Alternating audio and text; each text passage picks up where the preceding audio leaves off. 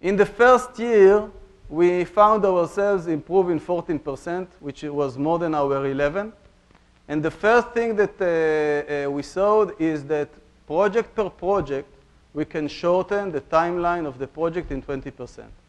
This year, after implementing critical chain, we are in a different place. We are finishing this year without a crisis in any of our projects. We are delivering in shorter time than what we are planning at the first stage. It costs us less. We don't have more than 1 or 2 projects where the overall cost is higher than the initial cost that we planned for.